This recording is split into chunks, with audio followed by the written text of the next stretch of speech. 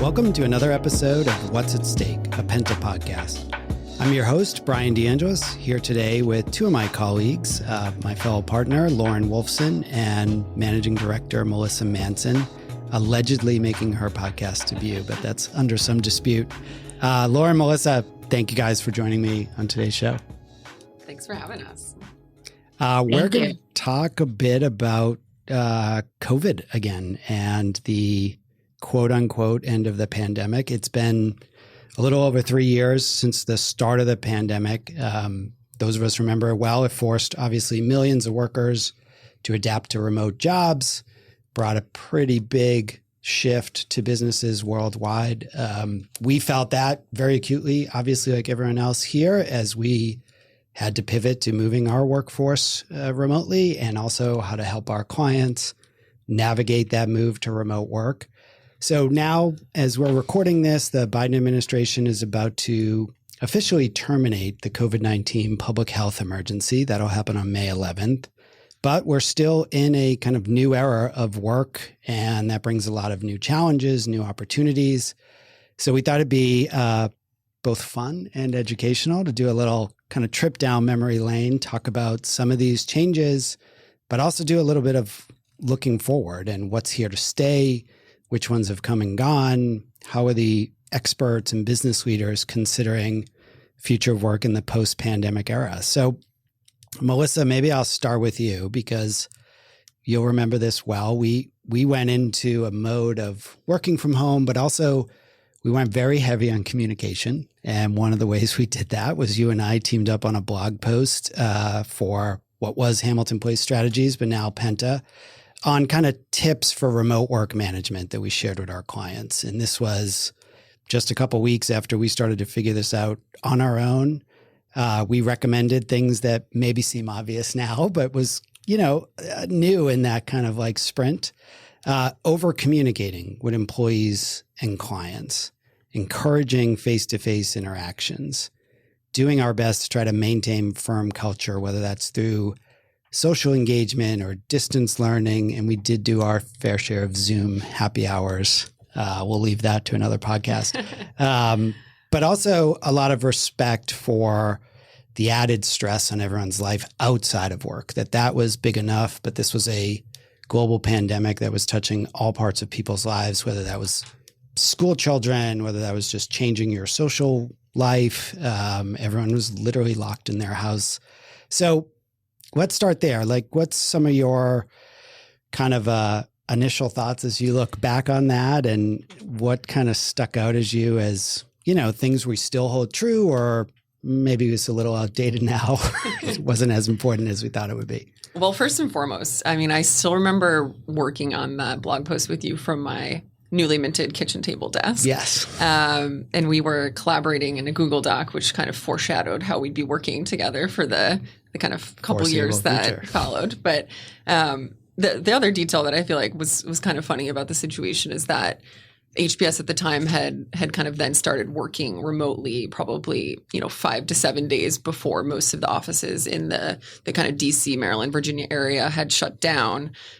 So we had a kind of a funny head start on learning about how to work within teams and how to connect, and had put us in a great spot to then, having 1 week of experience under our belt, be able to kind of talk to clients and other, colleagues and friends about how to kind of work remotely in an efficient way. So it was just funny and created some good thought leadership content, as Bryan mentioned. But, in all seriousness, looking back on it, I don't think we did too bad of a job in kind of putting together those initial principles that you just ran through. And and thinking about a lot of them, they're still so relevant today, and kind of what has come to be this pseudo permanent hybrid model, where, there's still a lot of in-person collaboration, but we're working all the time with clients and vendors and other partners who are sometimes in different geographies and different locations. And, I think just the way that we've all come to work today in 2023 is fundamentally different than what it was in 2022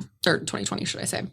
And so, I think just kind of thinking through some of the things that you ran down, there's still a significant need for over communication, especially in the type of work that we do with both, employees and clients. And, whether that's just kind of explaining the flexibility of the different schedules that employees have going on. I think we talked a little bit about there's still added stress on folks' schedule as it relates to evolved kind of family responsibilities and childcare and maybe different priorities of kind of work and personal life than existed in 2020. So I do think there's a ton, of communication still needed. There's things like scheduling and planning calls and meetings that just seem to take longer these days because schedules are a little bit harder to work with and there's kind of more involved and more that needs to be taken into account.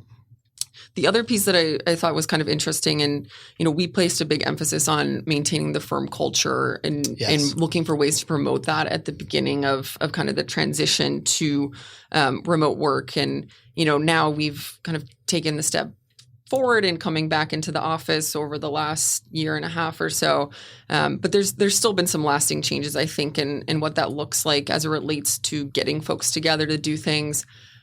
I do think we've seen, there's some added challenges in scheduling events and happy hours and networking things after work, and has pushed us, for example, to try to find ways to do that stuff during the confines of the workday in a way that we probably didn't before the pandemic. We still have our kind of knowledge meetings or our training and education opportunities for staff during the day. And we've seen a lot of, participation and engagement in those in a way that maybe we didn't always see before the pandemic. So I do think there's some lasting impacts on the culture that haven't necessarily been good or bad, but just changes in kind of how folks are prioritizing their time and, how they see the difference and distinction between work and personal life.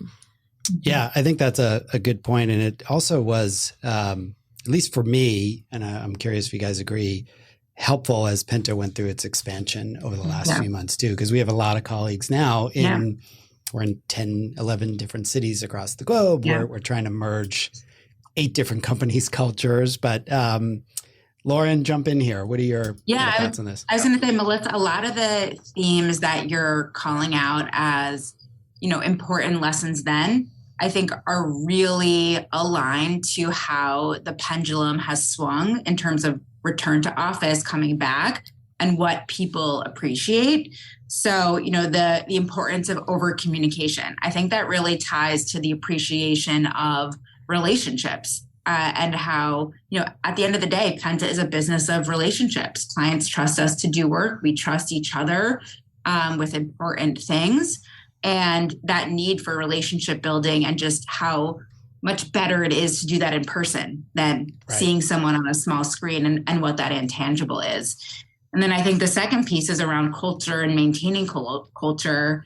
And I think, given our time away, we now have a greater appreciation for in-person collaboration and how just being in a room together for brainstorming to think about good ideas, to push each other is just so different than what happens on the screen. And I think the last part around what you mentioned around like work-life balance and really appreciating things going on, I think is absolutely true in terms of this newfound like respect and openness for other things happening in your life beyond work that maybe you wouldn't have talked about before or brought up, or taking a call from some place that you're open about where you are. And I think, some of these pendulum swings are actually really great in the long run. And I'm not sure we would have had an appreciation for them had the pandemic not happened.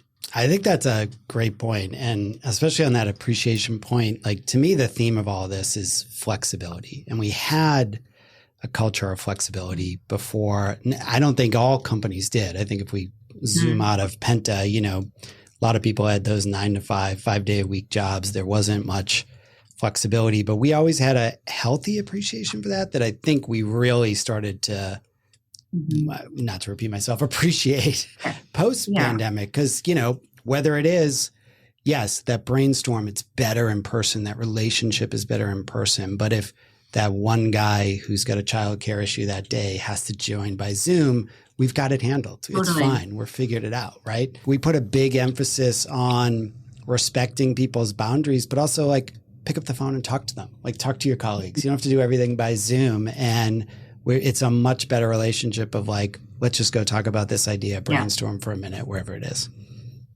Yeah. And I think it also humanizes people. Like totally. When you're in a meeting and someone's cat walks across the screen or like a kid pops up and says hi, or you're somewhere doing something personal, like, again, building those relationships, you have to be human, you have to be open, you have to show some vulnerability. And I think that it was not as accepted to do that previously, where now I feel like it is accepted. It adds more humanity, and you've got more people raising your hand saying like, I've been there too. I think in some ways too, it's also raised the bar for substance of kind of how you're spending your time in person. So, whereas we might have kind of brought an entire team together in a room before the pandemic to talk through some kind of running updates about what's been going on a specific team, now I think there's a little bit more reflection on like, can this be done via email if it's not, rising to the bar of kind of a substantive conversation that would benefit from being in person, and has at least just, I think, caused people to reevaluate, their schedules a little bit more and figure out like what am I doing that's the most valuable? And, are there ways that we can maybe use time, especially in kind of a resource intensive organization? How can we use this time in a way that's, more efficient and more effective for the firm? Yeah, that's a good point. Lauren, I do want to ask you though, you guys are doing a lot of work on kind of what's coming next. And that includes in terms of like consumers and employees and some of these topics. Like, how much of this do you see in your work as sticking around, or maybe other trends that are starting to pop up even as we're in this hybrid environment? Yeah. I mean, it's interesting because when we were doing some of this what's next work, let's call it summer 2021, when there was a big push for return to work and a lot of discussion and debate around it, the big theme was mental health. And a lot of the reasons why people were hesitant to go back was because of issues as it relates to workplace aggressions, or how do you balance work and life? And, it was like really much a discussion around mental health and control and things like that. And so I think that the importance of mental health and well-being among employees has remained a very much a paramount and like sticky issue that companies are trying to navigate and think about in all aspects. And I think that it's also taken some really interesting turns of how debates about the workplace and the future of work are all interwoven with this idea of mental health. You can't talk about the future of work with acknowledging AI and what role AI is going to play in the future of work. And I think there's a lot of people that have anxiety around feeling like their job is going to be replaced, their skill sets are going to be outdated.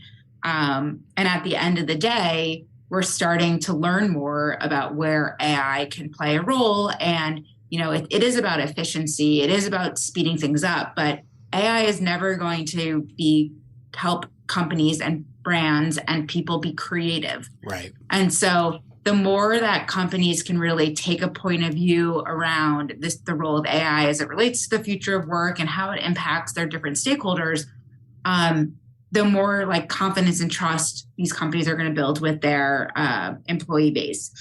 I think another thing that we've seen coming up is related to these themes is around like showing up to work as like your true self and being extremely transparent and, not being afraid to show your true colors as a way to feel accepted. I think this comes out in an interesting thing that had come up in some of our work is around this idea that like side hustles don't have to be on the side. Like people that do things like have an Etsy shop or drive for Lyft or Uber on the side or do other things are Airbnb hosts. Like previously had to be hush hush because that was another job. But now it's like, the recognition that you can monetize your hobbies, and that's actually really interesting, and like talk about that at work and lessons you've learned and how it applies to what you do. And so that idea, I think, is coming through. And then I think the other big theme that we're seeing that feels relevant to the conversation about the future of work and mental health and that intersection is this idea of resilience and how companies can help employees and give them tools to be more resilient, given that work can be stressful, life can be stressful, and like what role can companies play in helping employees manage that? Like this idea of resilience feels like a very interesting nuance and trend I think we're going to see more and more. Can we go back to the side hustle point? Because I think it's such a good one. And I think it's even bigger than that. Like I recall, there were times when I came into the office before COVID and I would see an associate like studying for some class she was doing to learn design, like in the hours before work, and like was keeping it like quiet and secretive because it's like whatever was not her main job. But it was like, wait, we have a creative team, get involved in that. Like there was a lot more. I mean, yes, you might be monetizing it, but whether it was education, whether it was like hobbies that you noticed in people's backgrounds and their Zooms, you started to connect with people in a different way and identify things they're interested in working on, skills they want to go have. And that's can be incredibly valuable to employers. Totally. And also just like things that people do and learn on the side, if you're open about it, it's going to be relevant to our clients in some way or help us think about solving a problem in a more, unique way or a different twist that we wouldn't have taken. And the more that companies can be open and learn from these side hustles or passions or hobbies, the more I think they'll benefit from it. So let me ask either one of you, please jump in. Like when I think about the future of this a little bit, there's obviously a big debate, whether it's a commercial real estate debate, other issues, but we are operating now in more of this like hybrid digital workspace. Like there's different policies we see with all our clients. Some of Penta's back 5 days a week. Some are back 2 or 3 days a week. Some of our clients are rotating in the office depending on their department or whatever it is. And that's still happening. What do you guys see in terms of the new challenges and opportunities for companies we're 400 people, but if you're, a company with 2,000 or 10,000, like how do they approach some of these future issues? Yeah. I think it's pretty safe to say that like a version of flexible or hybrid is here to stay. Like Bryan, to your point around if someone has a childcare issue, it's not expected that they have to take the full day off versus they're working from home that day or might have to work later hours or earlier hours or whatever it is. I think a theme that we had seen when we were looking at how companies can kind of get to the future with regards to this, a big criticism that came up was this idea called flex washing, which is saying that you're flexible and saying that you are hybrid, but only rewarding the people that come into the office. And so, or recruiting people to say that you're flexible and then saying, actually, no, we are mandatory 3, 4, or 5 days a week. And so I think the implication there is whatever your policy is, whether you're completely remote, completely back, somewhere in between, just be extremely, extremely clear about it. And as much as you can define what the policies is, what's accepted, what's not accepted, again, will make everybody have a clear understanding and feel like trust in the company. Yeah. And I can't help but mention the like old adage of lead by example, right? If you're a senior manager and you're asking people to come back in 5 days a week and you're in 2 days a week, like you're sending a bad message to employees. I'm going to put Melissa on the spot, and if this goes poorly, we'll edit it out. But I that flesh washing, I actually think that term. That's a good term. We did the opposite where I was a little surprised where we went 5 days a week. We went very early. I think it was February 21. But we kind of quietly combined it with max flexibility. Like I wake up every morning to 15, 20 emails of like working from home today. And we've just granted that flexibility, like that the base is 5 days. So it's a little bit of reverse of that flex watching. And I think it's worked, but I'll let you tell me how wrong I am. I think it's worked, but I would say I do feel like ambiguity can be tough too at the same time in any of these kind of frameworks of thinking, especially, again, we're in a client facing environment with somewhat infrequent in-person meetings, but when they do happen, they're important, and there's some rigidity around, like, we need you to show up that day when we have, clients in the office.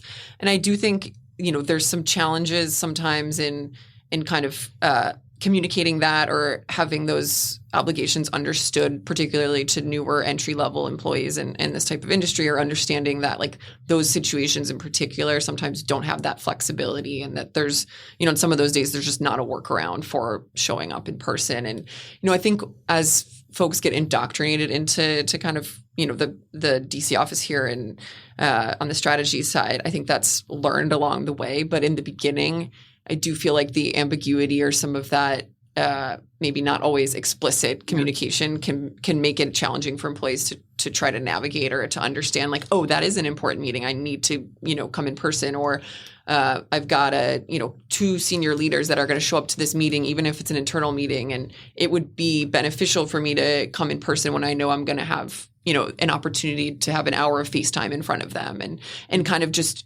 weighing some of the pros and cons of those decisions. And, I do think every day there's this idea of kind of looking at your schedule and saying, like, which of these things are important for me to show up to in person, if any, and kind of evaluating your day-to-day accordingly. And I found myself doing that still. If I've got other stuff going on in my personal life, like, all right, should I come in just for this half day and then I'll finish the day at home? And I appreciate that flexibility, but it does put the onus on the employee to kind of have that sense of judgment, to be like, all right, I need to come in today for these things and get this accomplished while I'm in the office. Yeah, really fair points, especially the early career ambiguity. We do a lot of, obviously, like college recruiting. I think we're still very much in the mix of most of the kids who are coming out of college right now had a very hybrid, if not totally remote, college experience. And to snap back to 5 days a week, or to know enough to be like, that's a day I have to be in, we need to be kind of sometimes very explicit about it. Yeah, I think, Melissa, it goes back to your point around over communication too, because yes, it's on the, each individual employee or person to have good judgment of when you should be in a meeting or not. But sometimes a lot of junior people just don't know, or don't have the perspective, or don't have the experience to make those judgment calls. So the more that a manager can over communicate and say, hey, this is a day where we have to, like, get a lot of work done, and being in a room together and being collaborative will be key. I need you to come in. And not being able to feel like you're stepping on someone's toes by saying that. And if the person says, oh, I have a personal thing that day, like, again, that we can be understanding and empathic, but I think that people shouldn't be afraid to be bold around asking for those type of meetings, or really painting a very clear picture around wanting people to come in, because the risk is you don't want to be known for a workplace that has a lot of unspoken rules, and people where that you have to figure it out yourself. Like that creates a lot of uncertainty. Yeah. And especially true, again, if we take it back to some of our clients and larger companies, like, it's not, we're in a services industry. We work very closely as a team. There's a lot of communications. I mean, I have like 17 different ways on my phone that people can communicate with me. But if you're in a big organization where you don't have that kind of frequent interaction with your manager, being very upfront, being super transparent and explicit is critical. Yeah. Yeah. No unspoken rules at Penta. Make it implicit, explicit, as That's right. say. Yeah. That's right. Let's talk a little bit about people coming back. So we are starting to see, I mean, you saw this trickle out over the years, and like deadlines get pushed back, but you're starting to see a little bit more, some larger companies really putting the pressure on employees to come back to the office, to bring them back in. Melissa, I know you've had some kind of interesting thoughts on this in terms of where we are in the economy. Share that with us. I do think it's interesting. And I kind of remember, maybe thinking back to 2021 when different big companies would announce coming back. It was like the headline in all of this business media for a long time was just the different kind of ups and downs of this deadline's postponed, it's moving up. Right. And it was just such a funny news cycle of kind of up and downs from those big companies, recognizing that a lot of them were kind of signaling effects for maybe mid to smaller size companies.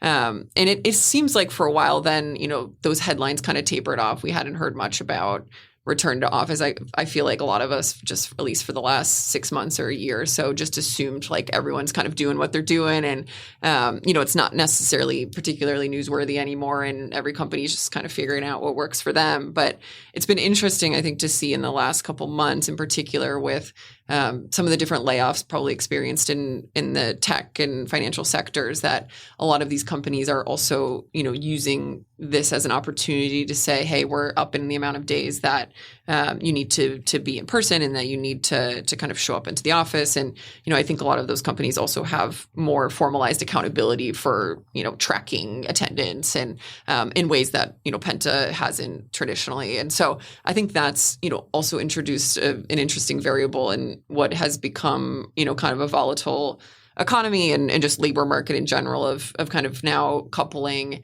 in-person attendance with, needing to prove yourself and to show up and make sure that you're not, in the next batch of layoffs. And I do think that pendulum is kind of swinging a little bit still on kind of where that will land. And, it's something that I guess we haven't heard the last of on kind of what that looks like in corporate America in particular. And it feels very market to market. Like DC is an interesting example there where, especially when Republicans retook Congress and got rid of some of the remote rules, then at least for me, traffic's heavier. There's more people in this town. There's a little bit of a peer pressure here to it, where if you've got your colleagues in the office every day, if you're seeing other companies or competitors in the office every day, you're driving towards it. If you're located somewhere else and that's not, there may be more of a pressure to stay more remote and allow employees to do that. I think, someone correct me if I'm wrong, but you're not seeing as big of a push in the tech sector, which has always been a little more flexible. And I think it's going to kind of be a little industry to industry. Yeah. I think it's also going to depend on the need for the role. We have people that work remotely and were hired to work remotely, are intentional to work remotely. There was never an expectation of being at one of our offices, and it's worked out phenomenally. And, we needed their talents and we needed their specific skill set, and they were the right fit culturally, had good communication skills to make it work, all the things. And I think it's just going to be a case by case basis too on individual talent, employees or things like that. But again, going back to the clear communications and boundaries, the expectation is that person is remote. We know they're remote, and there has to be things that are in place to help kind of make them part of our culture and ingrain them, and solve for some of the things that don't necessarily happen in person. But that goes back to the need to be intentional about those decisions. Yeah, I think there's also, there's been a lot of language about, that's probably been newer in the last couple of years about how you talk about certain roles. Are they an independent contributor? Are they, a team-based role? Are they Are they a people manager? Are they, kind of just this language that we talk about what their contributions actually are and how you measure them in a way that I don't think, was always commonplace language in the workplace before. And I think a lot of that has implications on, where you work and how you work and what your, how do you have one-on-ones with people? Are you, kind of often on your own creating content and doing your own thing? And a lot of that I think has just changed the way that we talk and a lot of probably implications on how we recruit for some of those roles too. That's right. And again, it comes back to Lauren's point, as long as there's transparency and no unspoken rules, right? If we know this division of the company can handle their work more remotely, doesn't need to be in more of that service or team atmosphere, then that's just very clear and transparent to everyone involved. Any thoughts? I will ask on physical office space. What do you guys, or Lauren, I don't know if you've done any kind of studying on this, but we have. You have. Please. I don't know if you guys have heard of the word phygital. That is the word. I like that. Learning a lot of new Nice. vocabulary on this podcast today. Yes. Phygital, which is really about combining physical and digital elements in office space. But this is also happening in a lot of other ways that brands are activating too. Retail experiences are going to be phygital. Doctors' appointments can be phygital. Like there's going to be a big wave of how brands and how companies innovate to really deliver on this phygital experience. But it's basically the idea that everything you do should have a physical and digital component, and they shouldn't be distinct. They should be together. And so there's a lot of tools. We're not talking about like owls here, are we? Or like holograms. I'm thinking of like holograms or something. Yeah, I don't know. To be honest, I think it's like again, this is where the conversation gets interesting about AI. Like, are you going to have, everybody's talking about an AI assistant, but does that mean you're going to have AI coworkers? Should we think about an AI coworker as someone who you would treat the same way that you would treat a real person? Like, there's going to be a lot of things to navigate as it relates to the phygital, as it relates to how AI is impacting the workplace, that there's going to, companies are going to need help figuring out what their policies are, how to communicate around those policies, what new ethics are. It really is. It's going to be a wild, wild west out there. All right, Lauren, I blame you for this, but you've led me there. Well, I have to ask about the metaverse then. Like, to me, in many ways, like Google Meets and Zoom is just like metaverse 1.0. And I think we haven't talked about it a lot in the last year or so as crypto's kind of taken some hits, but that seems a big part of the future. I'm still betting on the metaverse. I think we saw like peak metaverse momentum last summer. I don't remember exactly when Facebook changed its name, when there were a lot of, I think there was a lot of activations, like concerts were happening in the metaverse. I think the technology is just the reason why it's lost a little bit momentum, because the technology is not totally there yet, but it will get there. Yeah. I think where the metaverse is having the greatest impact right now is in gaming, and gaming is still in the gaming world. The metaverse is still a very big thing.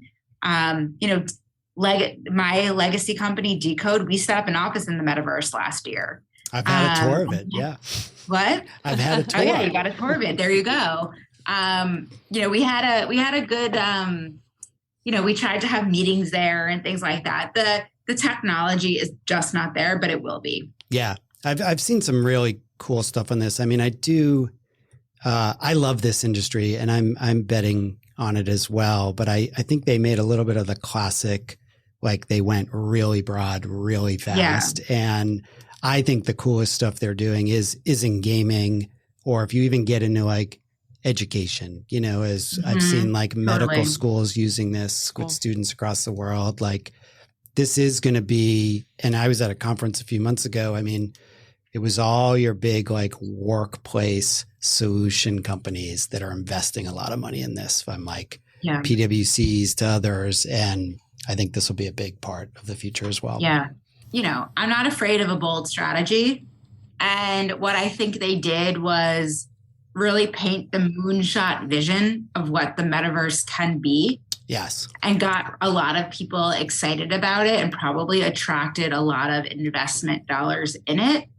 And they were okay taking the risk that the reality of it or the implications of it for everyday consumers are not there yet. But now it's on our mind. We're paying attention to it, even though we're not using it.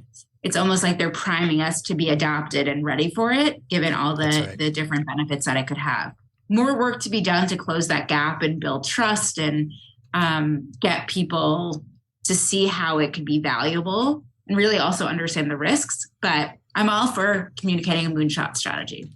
I love it. Well, I feel like I've taken us way off the rails here. So maybe we'll leave it there, and we'll come back with a metaverse episode in a couple weeks or a couple months. Melissa, Lauren, thank you so much for joining us today for this trip down memory lane and a lot of future talk. I appreciate it. Yeah. To all our listeners, remember to like and subscribe wherever you listen to your podcasts. Follow us on Twitter at PentaGRP. I'm your host, Bryan DeAngelis. As always, thanks for listening to What's at Stake.